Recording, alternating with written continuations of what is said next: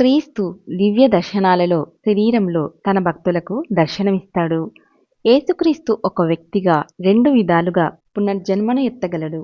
దివ్య దర్శనాలలో మాంస శరీరంలో మీకే కనుక గొప్ప భక్తి ఉంటే మీరాయన్ని మీ లోపలే ఆయన భూమి మీద జీవించి ఉన్నప్పుడు ఎలా ఉండేవాడో ఖచ్చితంగా అలానే చూడవచ్చు. అనేక మంది మహాత్ములు ఆ విధంగా ఆయన్నలా చూశారు. ఆయనతో ఆయన జీవితపు వేరువేరు సంఘటనలను తిరిగి జీవించారు. మీ భక్తికి ఏకాగ్రతా శక్తికి అనుగుణంగా యేసుక్రీస్తు భౌతిక శరీరంలో కానీ లోపలి అంత వెలుగులో కానీ ఏ సమయంలోనైనా తిరిగి పునర్జన్మను ఎత్తగలడు.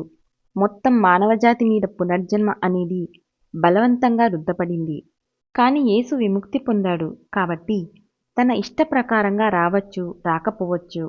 ఆయన్ని ఆకర్షించడానికి కావలసినంత పరిపూర్ణ భక్తి మీ దగ్గర ఉంటే ఈ క్షణంలోనే ఆయన మీకు రక్త మాంసాల దేహంతో మీకు దర్శనమివ్వగలడు.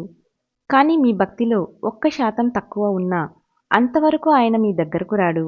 ఏళ్ల కిందట బోస్టన్లో నివసిస్తూ బోధిస్తున్న సమయంలో ఒకసారి నేనెంత పనిలో పడిపోయానంటే 3 రోజుల పాటు నేను దేవుణ్ణి మర్చిపోయాను. ఆ విధంగా ముందుకు సాగడమనే ఆలోచన సహింపరానిదయింది. నేను ప్రతీదీ సర్దుకొని అమెరికాను వదలడానికి సిద్ధమయ్యాను. కానీ అప్పుడే మన సాధన చేసే ఒక విద్యార్థి వచ్చి తనతో ధ్యానం చేయమని అడిగాడు. ధ్యానంలో మేము కూర్చున్నప్పుడు నేనిలా ప్రార్థించడం మొదలుపెట్టాను. ఈశ్వరా, అమెరికాలో ఈ పనిని నేను ప్రేమిస్తున్నాను. కానీ పని కన్నా నేను నిన్ను ఎక్కువగా ప్రేమిస్తున్నాను. నేను కనుక నిన్ను మర్చిపోయేటట్లయితే ఈ దేశాన్ని నేను విడిచిపోతాను. నా లోపల నేను భగవంతుడి వాణి విన్నాను. నీకేం కావాలి? చట్టుక్కున నేనన్నాను, నేను కృష్ణుణ్ణి, క్రీస్తుని, వాళ్ళ శిష్యులందరితో సహా చూడాలని కోరుతున్నాను. మరుక్షణమే వాళ్ళని నేను చూశాను. ఒక బంగారు సముద్రం మీద మిమ్మల్ని నేనిప్పుడు ఎంత స్పష్టంగా చూస్తున్నానో అలా. నేను వాళ్ళని పూజించాను. కానీ కొద్దిసేపైన తర్వాత నా మనస్సు సందేహించడం మొదలుపెట్టింది. ఇది యథార్థం కాదని నేను అనుకున్నాను. కాబట్టి నేను మళ్ళీ ప్రార్థించాను, ఈశ్వరా, ఈ దివ్య దర్శనం కనుక యథార్థమైతే ఈ గదిలో ఉన్న ఆ భక్తుడు కూడా దాన్ని చూడాలి. నా స్నేహితుడు హఠాత్తుగా అరిచాడు, ఆహా, కృష్ణుడు, క్రీస్తు, ఒక బంగారు సముద్రం అని. అప్పుడొక కొత్త సందేహం పుట్టింది. ఇది కేవలం ఆలోచనల బదలాయింపా అని. కాని ఈ ఆలోచన నా మనస్సును దాటగానే భగవంతుడి దివ్యవాణి అంది, నేను వెళ్ళిపోయాక ఈ గది కలువపూల పరిమళంతో నిండిపోతుంది. ఎవరు వచ్చినా దాన్ని గమనిస్తారు. ఆ తరువాత ఈ గదిలోకి వచ్చిన ప్రతి వ్యక్తి తప్పకుండా అడిగారు, నేను వాసన చూస్తున్న ఈ అసాధారణమైన పుష్పాల సుగంధం ఏమిటి అని. చాలామంది అనుయాయులకు తాము బైబిలులో చదివిన ఒక ఆదర్శవంతుడైన వ్యక్తిగానే క్రీస్తు ఉనికి ఉంది. కానీ నాకు ఆయన అంతకంటే చాలా ఎక్కువ.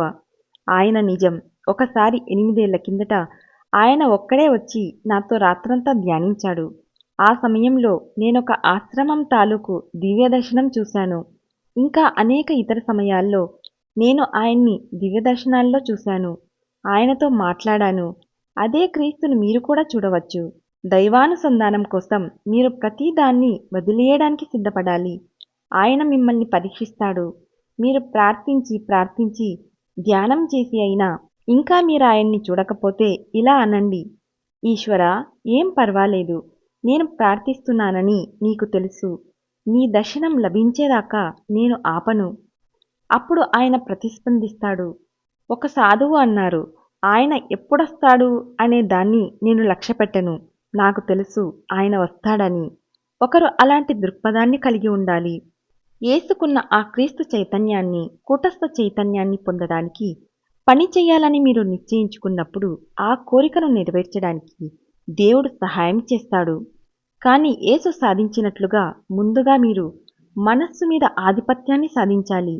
తమ మానవ బలహీనతలు అన్నిటినీ జయించామని తాము ఆయనకు చూపేదాకా భగవంతుడు తన గొప్ప ఆధ్యాత్మిక శక్తులను భక్తులకు ప్రసాదించడు. లేకుంటే తమ దివ్య శక్తులను దుర్వినియోగం చేసి వాళ్ళు ఇతర వ్యక్తులకు హాని కలిగించవచ్చు, లేదా మొత్తం దేశాలనే నాశనం చెయ్యవచ్చు.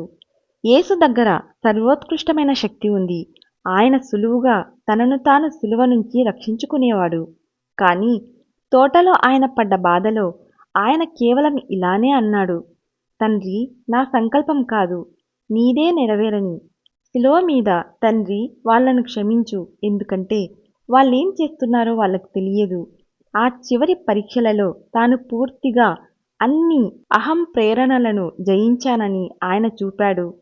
యేసులాగా మీకు కూడా అపరిమితమైన శక్తి ఉన్నప్పుడు, ప్రతి ఒక్కరూ మిమ్మల్ని తిరస్కరిస్తున్నప్పుడు, అయినా కూడా మీరు ప్రతీకారం తీర్చుకోకుండా ఉంటే మీరొక విజేత అయ్యారనే చెప్పాలి. Thank you.